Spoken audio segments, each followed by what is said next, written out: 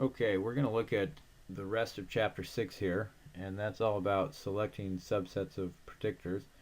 So if you have the model y is equal to beta 0 plus beta 1x plus beta 2x2 and so forth up to p variables, then that would represent the full model. And it turns out that we can keep adding x's even if we want to just go out and make up data. The more x's we add, the better we're going to explain what's going on with the y variable. And it turns out that that's actually bad because we stop explaining the signal in the data or the information in the data and we start explaining the noise. So we want to find a model that's parsimonious as possible. In other words, as simple as possible. You've heard of Occam's razor maybe. It says all things being equal, the simplest explanation tends to be correct. These are usually more robust and they're going to provide higher predictive accuracy.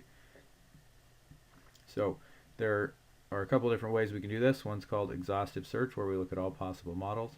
And then there are other subset selection algorithms like forward selection, backward elimination, or mixed stepwise. There are other things that we're not going to talk about, but this is actually a hot topic right now in statistical research. An exhaustive search is one where we look at all of the possible models. So you'd say if there are p variables, you'd say how many ways can we have the first one in, and that's 2. You can either have it in or out.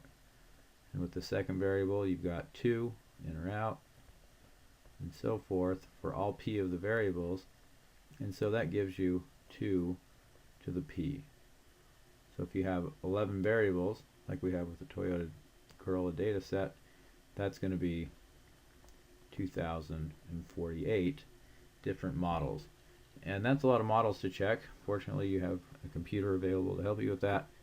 Still, it is a little bit overwhelming. If you have, say, 20 variables, then there's over 1 million different models, and computers can handle that. But it's really difficult to go through and sort through it all. And it gets to be computationally intensive once you get up around that area. So there's tons of data out there. There's tons of x variables that you could use. Everybody's collecting data, but you don't want to just use them all because you're going to overfit. So how do we judge which model is the best? We can use MalloCP, which if we're doing linear regression turns out to be the same as AIC. AICC is a corrected version of AIC. We've got R squared, we've got adjusted R squared, we've got root mean square error, and or BIC. And in a lot of cases, these things are going to tell us the same model as being the best. So we would run all of these models, look at these measures, and determine which one's best by MalloCP. We want the one that's closest to the number of predictors plus 1. You got to be a little bit careful. Sometimes we say p is the number of predictor variables, sometimes it's the number of parameters. JUMP uses p as the number of parameters, not predictors. The textbook uses p plus 1 as the number of parameters. So you got to be a little bit careful about that. Forward selection says start with no predictors and add them in one at a time, and stop when you get to a certain criteria in terms of the p-value threshold. When your next variable that you're adding in has a p-value over, say, 5%, then you would say that's not significant, and so we're going to stop right there. Or you can take the one that has the maximum validation R squared value, and that's probably the one that you want to use when you're doing data mining. Backward elimination's the opposite of that. You start with all the predictors and take them out one at a time using the same stopping rules as forward selection. You can do this by hand, actually, and we'll do that in just a minute. But you get this effect summary, and you see listed in order of the p-value. If the p-value is bigger than, say, 5%, you would potentially not want that in your model. So you'd take out the biggest one first. Say doors, you would highlight that and then click remove. A new model output, and you do the same thing until you get below the threshold of whatever that p-value, whatever that threshold is that you want to do. Mixed stepwise is a lot like forward selection. except for that instead of only adding one variable, you're going to consider dropping one of the variables as well. So let's look at jump and do an exhaustive search, and we're trying to get output that looks like this. So we're going to come over to the Toyota Corolla data set. We're going to go to Analyze, Fit Model, put price in for Y. We're going to select age all the way down to weight, put that in for X in this area. Validation is going to be our validation data. And then we want to go to personality and change that to stepwise. And then we click run. And when we do that, we see the stepwise fit window. So we're going to go up here and click on the little red triangle and say all possible models. And we're going to say 11 variables. And then number of best models to see, we're going to put that at 2. And this means it's just going to show the 2 best models for each number of variables. And we're going to click OK. Here we have the results from the model. So if we want to match this up with what we have on our slide, we go down here and say number 7. The first number 7 is the one that is the best in terms of AIC, RMSE, R squared. According to all these measures, that one's the best. And we have that one showing up right here. So 13607. And if I want to, I can go over here then and click on this little button. It will load it in and show me all of the variables that are in. So we got 1, 2, 3, 4, 5, 6, 7, plus an intercept. So this is a little bit confusing because here we know we've got 7 variables, we just counted them. But here we're being told that P is 8. And so that means that this P they're talking about is the number of parameters, because the intercept has no variable associated with it. So we can see the adjusted R squared, 85.95%. That's something we could use to compare between the models as well. The R squared actually tells us the portion of the total variation that's explained by the regression model. And so we do want to look at that, but we don't want to use R squared for model comparison. For the AIC and the BIC, these we want to make as small as possible, or pick the model that has those as small as possible. We come down here and sort these by the AIC in ascending order. We will see that AIC of 10,371.3 gives us the best model, and so does RMSE, and so does R squared. And it turns out that the CP is also the best here, although you don't see it because it's not shown by default. But if you right click up here and then go to columns and then click on CP, it will throw that in as well. So we want CP to be as close to P as possible, but also the smaller the better. So this is 5, P is 8, so that's not as good as comparing 6 to this model, which would have a P of 9, but it is smaller, and so that would still lead us to use this model according to CP, AIC, RMSE, and we can't put in here the adjusted R squared for some reason, but if we click on this model, we can see that the adjusted R squared is slightly smaller, so that means this model here with 7 variables is actually better still. Okay, so let's do forward selection now, and this is what we're looking for.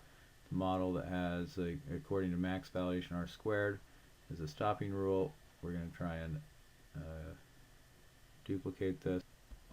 So we're going to clear this out and start over. Again, analyze, fit model, price is Y, age through weight, X's, validation is validation. We want stepwise, click yes, And now notice that none of the variables are selected, and I want to use max validation R squared, forward selection. Notice if I wanted to add variables, I could add all of them and it would say start here. We'll do that in a minute. I want to start with none of the variables. So when I click go,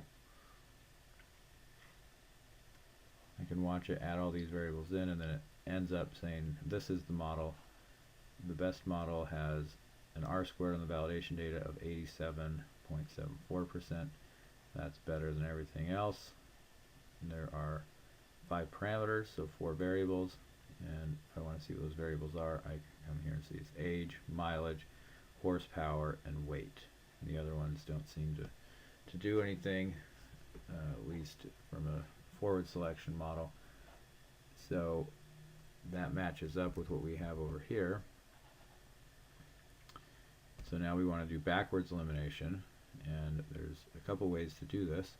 Let's come back to our data.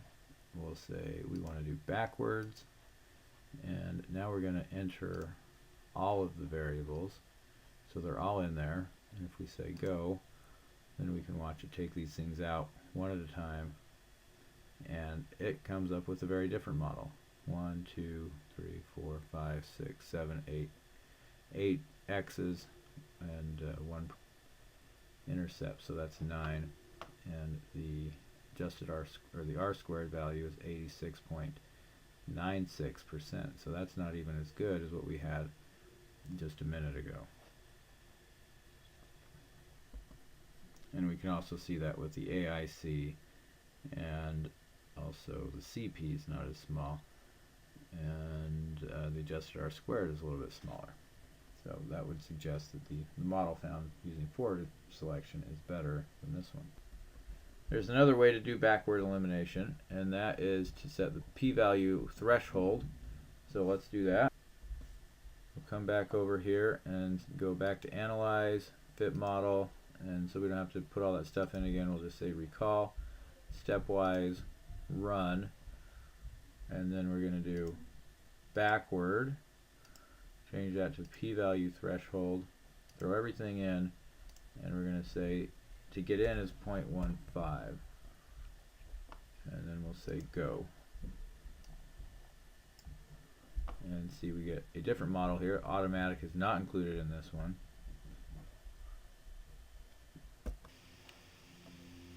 But the adjusted R squared is a little bit better.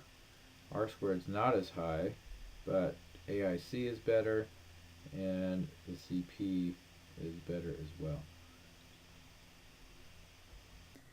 So now you might be asking yourself, what do we do once we have come up with a bunch of different models from these different methods, the forward selection, backward selection, mixed, and the exhaustive searches?